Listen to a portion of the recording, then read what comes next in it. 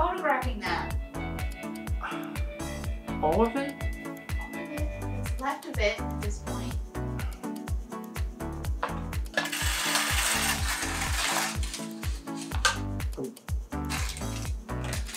What's up, guys? Welcome to another 5 Minute Friday. Today's episode is going to be all about food photography. So I got 5 tips to help you take better pictures of your food before you eat it. I'm going to use the drift method. Freaking incredible. Round F16 for that to get that sunburst. So food photography is already super popular, but it's fall now and the holidays are coming up, and food photography is getting even more popular because food is getting more popular. At least here in America, it's definitely... See, I said food, and this is what I get. Alright, if you're gonna sit here, you need to put your tail down. No, tail down. Come on. That's fine. Put your tail down. Okay, sorry about that. She's highly interested in food and photography, apparently. So anyways, sorry about the cat. Food, photography, cats, all very popular things. And I'm gonna show you how to do one of those, which is food. So I've got 5 tips to help you guys out and get some better food photography. And you don't have to be in fancy studios or anything. Clearly, I'm not in a fancy studio, but I do have some tips that'll help you take your food photography to the next delicious level. Okay, so the first thing is definitely props. So food photography is made infinitely better by props. And when I say props, I don't mean expensive things. I don't mean you have to run out and drop $200 at Williams & Sonoma or something like that. I have this for a starter, which is just little wood pieces that I bought at Walmart for 10 bucks. And I bought 2 of them, so I guess that was 20 bucks. I've got pumpkins because it's the day after Halloween, fall, November, that kind of thing. I've got some apples that we... Okay, thank you. I've got some apples that we picked from an orchard and this cute little basket that we found again at Walmart for a couple of bucks. Utensils, so we're gonna be doing some pie stuff. So just think about the type of food that you have, and if you need regular utensils, you know, that sort of thing. But these are all props, and they're gonna help to sell the emotion and the deliciousness, in this case, of the images. Okay, so full disclosure, I'm gonna show you guys these apple pie and these pumpkin pie photos that we're doing right here, or I should say did, but the full disclosure part, I may have already eaten half of the pie.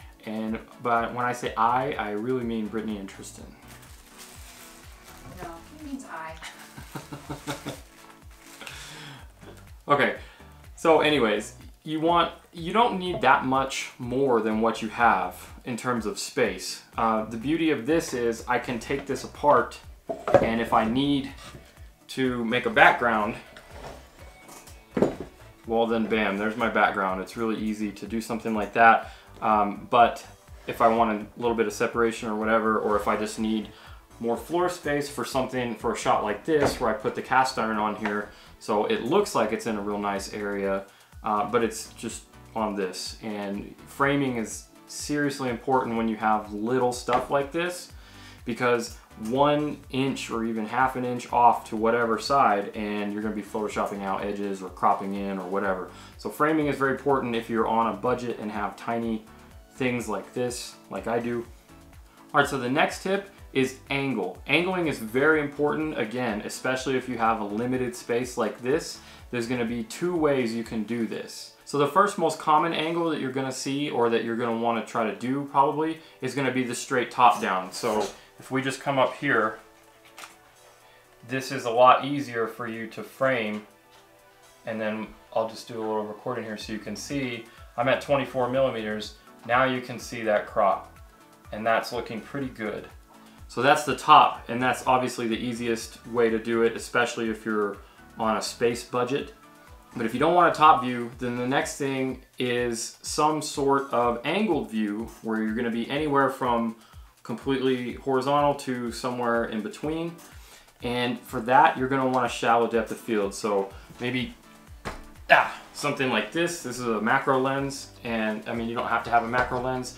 The zoom lens works perfectly well. This is a 24 to 105, so being able to zoom in to 105, if you've seen my other videos on lens compression, you're going to know that that's a great way to get shallow depth of field without having a super shallow lens. And that, in this case, is going to help out a lot because this is only an f4, but being able to zoom into 100 is really going to help blur that background out so that I'm not seeing anything else. So here it is at 100 millimeters, and you can see, even though this is f4, that's super shallow. And if I come back here like this, you're going to start seeing the background is super blurred out. And that's what we want because that's going to take away the distractions. So food photography is very important about keeping things in their element and keeping the viewer focused on the deliciousness that they want. But there are some times where you don't want a shallow depth of field, and that would be if you want more of it in focus. The top down view, so when you're up here looking down, that's probably the time when you would want a deeper depth of field. So depth of field is definitely going to be influenced by the angle that you're going for and the angle that you want, and just keep that in mind, what you need to show. You can also do things like focus stacking if you have to show this way. That way you could just stack like this much of the pie, but then still keep all of your background blurred out. So you might take 2 or 3 shots right here of super shallow depth of field to get this much of it in focus, and then still have that background out of focus.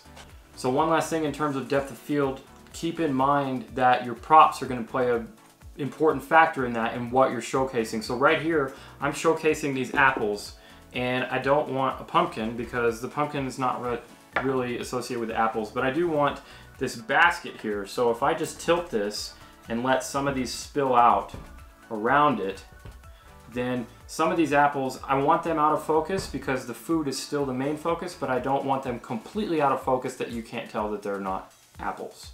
You know, so keep in mind your props and setting up the props that go with the story of the food. Again, this is all, even though this is food photography or macro photography or whatever you want to call it, prop photography, this is still a story that's being told. And so like if I'm selling this to clients for stock photography, I need to tell the story that these are fresh apples. This is a freshly baked pie. This is a homemade kind of thing.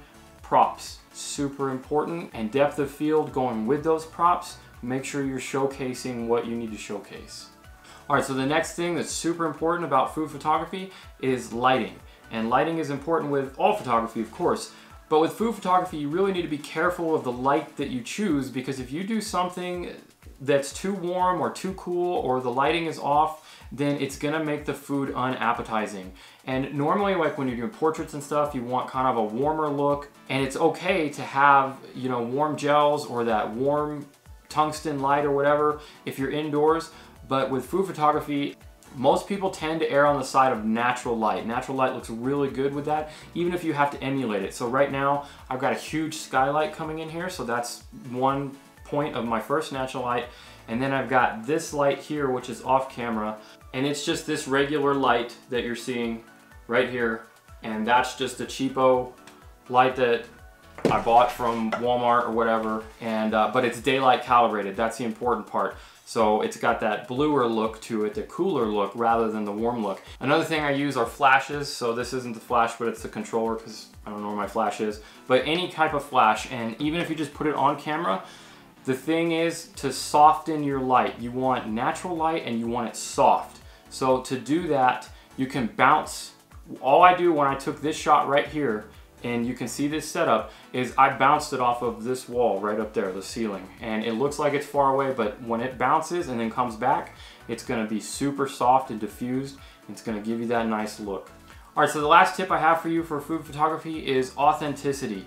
People these days are really liking authentic stuff, and the term authentic is being used more and more. And in this case, it's gonna be authentic in that it's homemade or there's a bite missing or something like that. That's important. So when you start showing elements like having the fork in there and having it sit like this, or you know, taking a bite, like having the fork with a bite like this, and maybe not half the pie missing, that was my bad. But if you have like that first piece of the pie missing, then you could, you could keep going with that.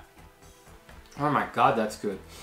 You can take this pie sheet, you can take the pie cutter and put it right there and just pretend that this whole pie is still here except for that piece. So stuff like that, that's what I mean by authentic. That puts the viewer, when they see that, that puts them in the mindset of them eating that piece. Then it's easier for them to visualize that they just took a bite out of that, or that they want to take a bite out of that. And then Pavlov's things kicked in and you start drooling. That's why, because it's easier for you to think that that's you. So authenticity, really important. Crumbs, you know, if you got some of these pie crumbs and stuff, you can spread it around the outside. You know, messy to a degree is okay. Now, you don't want to look like a toddler just came through here and just, you know, but messy to a degree with the pumpkin sprinkles and the pie sprinkles and all that kind of stuff. That stuff helps sell the desire to eat that. Alright, so those are my 5 tips to help you guys. If you have any questions about any of the tips that I went over, or anything that you want to know concerning the details of how I did whatever, leave those in the comments below and I'll definitely answer them. If you like this stuff and you want to see more, definitely make sure you subscribe to the channel. I've got new videos every Tuesday and Friday. Hit that like button if this video helped you out. Thanks for watching, and I'll see you in the next video after I completely destroy the rest of this pie.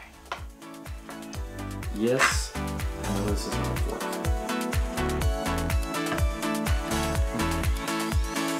That's pretty good. No, we're gonna keep going. Right. Last one.